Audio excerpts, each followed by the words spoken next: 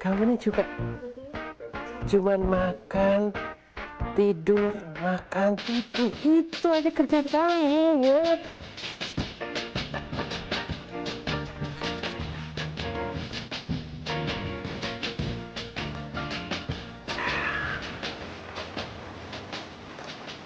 Di bawah ada apa aja, Om? Ada 2 kamar untuk 2 putri saya sama Di sebelah sana? di sebelah sana tadinya bekas kandang kuda yang bisa menampung 12 ekor kuda. Kita di sini aja, Om. Ya, oke. Waduh. Om Bob memang hobi sekali kuda. Saya Mulainya tidak dari- mengerti kuda, saya tidak tahu kuda. Hah? Karena saking naik kuda, saya baca segudang sekali buku. Dan akhirnya saya juga terpaksa naik kuda gitu. Ketika Om melepaskan diri dari semua belenggu ya, artinya dari perusahaan yang ini, Yang berada di zona nyaman gitu ya, menurut yang istilah kemudian Anda. membuat Om Bob menjadi nyaman, kemudian keluar. Sudah kepikiran, saya akan jadi pengusaha dan saya akan punya supermarket yang besar. Hidup saya tidak pernah punya tujuan, Vito. Oh ya? Dan karena saya tidak Nggak pernah punya target maksudnya? nggak pernah punya target. Dan karena saya nggak pernah punya target dan karena saya juga tidak pernah punya tujuan, otomatis juga saya tidak pernah merencanakan dalam hidup ini.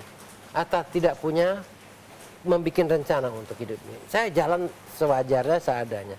Dan saya tidak merasa terganggu seperti Anda kalau tidak bikin rencana mungkin terganggu, saya tidak. Tapi hidup kan harus direncanakan. Kata Anda, tolong jangan pakai kata harus ya. Oh, oke. Harus adalah berlaku untuk Anda, untuk saya Oke. enggak. Enggak berlaku kata harus. Kita jadi seperti menyerah kepada angin dong gitu, Om. Bisa dikatakan demikian, tapi beginilah, konkret ya. Vito, saya minta berdiri di belakang kursi ini. Oke. Anda terserah mau menghadap kemanapun saja. Ya, terserah. Saya ke sana. Ya, boleh. Tolong Vito membuat 1 langkah. 1 langkah kemanapun, 1 langkah. Satu langkah ya. Ya. Ya, silakan duduk. Vito, langkah Anda sangat bagus. Kenapa? Biasanya orang melangkah ke depan kan? Ya. Anda tadi melangkah ke samping ya. Buat saya itu sangat luar biasa. Kenapa? Nggak progresif, jangan-jangan saya di Pertanyaan saya, Vito, tadi waktu Anda melangkah, Anda punya tujuan nggak? Enggak. Untuk melangkah 1 langkah yang saya minta Anda melangkah, itu perlu rencana nggak? Enggak. Semudah itulah orang hidup sebetulnya. Sebentar. Kalau melangkah, resikonya nggak ada. Tapi menjalani hidup tanpa rencana, orang bisa takut. Saya nanti miskin. Kamu salah, Vito. Setiap tindakan apapun, walaupun Anda tidak melangkah, sedang Anda duduk di sini pun ada risiko. Kenapa Anda mesti bicara risiko? Apakah Anda takut risiko? Apa itu risiko pun saya nggak tahu pada awalnya, Vito. Tapi saya nyaman menghadapi risiko. Dan sebetulnya itu yang saya cari. Bukan saja saya cari, tapi saya sudah menjadi pemburu risiko. I'm a risk hunter.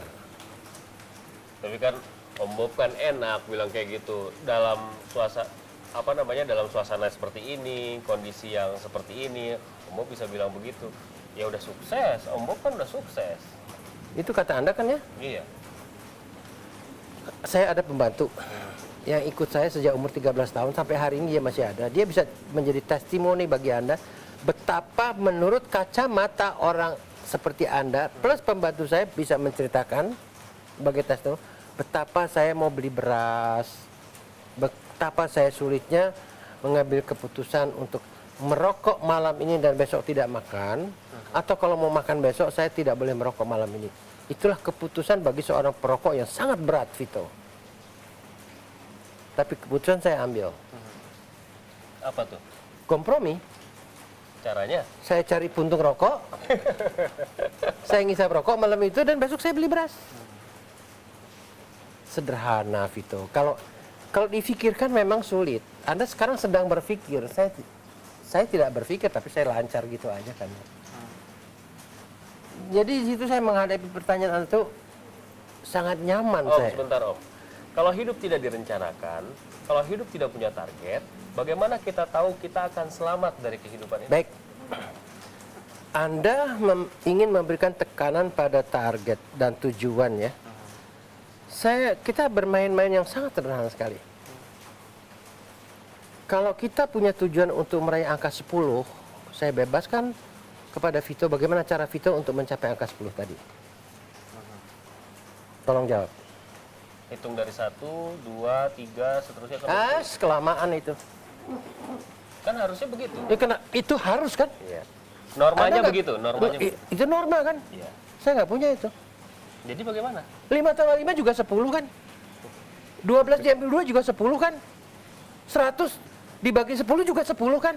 Ada banyak cara, Vito. Jadi jangan paksa saya untuk berpikir seperti Anda berpikir.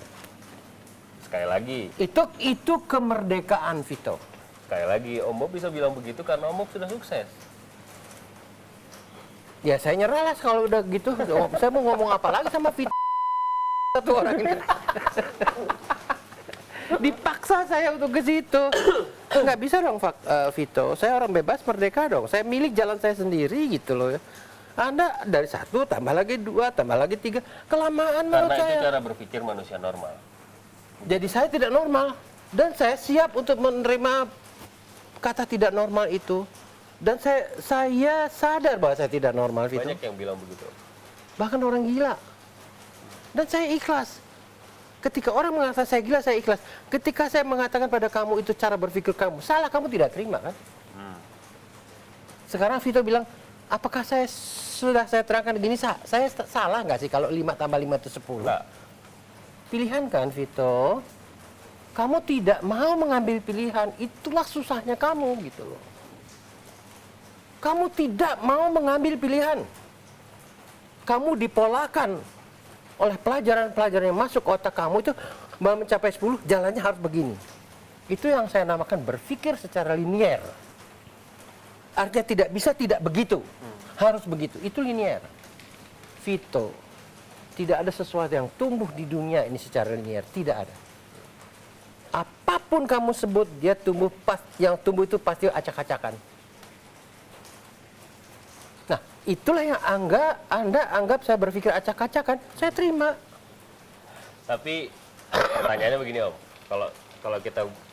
Kalau kita memilih berpikir random, bertindak random, hasilnya seperti apa kita nggak pernah tahu. Bukankah itu menarik, Vito? Justru kalau kita tahu apa tertariknya, apa menariknya? Apa menariknya gitu? Apa menariknya hidup? Apa menariknya hidup? Jadi sepanjang hidup kita akan gambling, Om. Saya tidak mau mengatakan itu gambling, tapi yang ingin saya katakan, tolong bebaskan saya untuk berpikir dengan cara saya. Vito terbelenggu kan? Ya itu yang kamu pilih. Saya nggak salahkan Anda, itu Anda bebas. Saya cuma mengatakan Anda yang terbelenggu gitu loh. Kasian sekali Anda gitu loh menurut saya.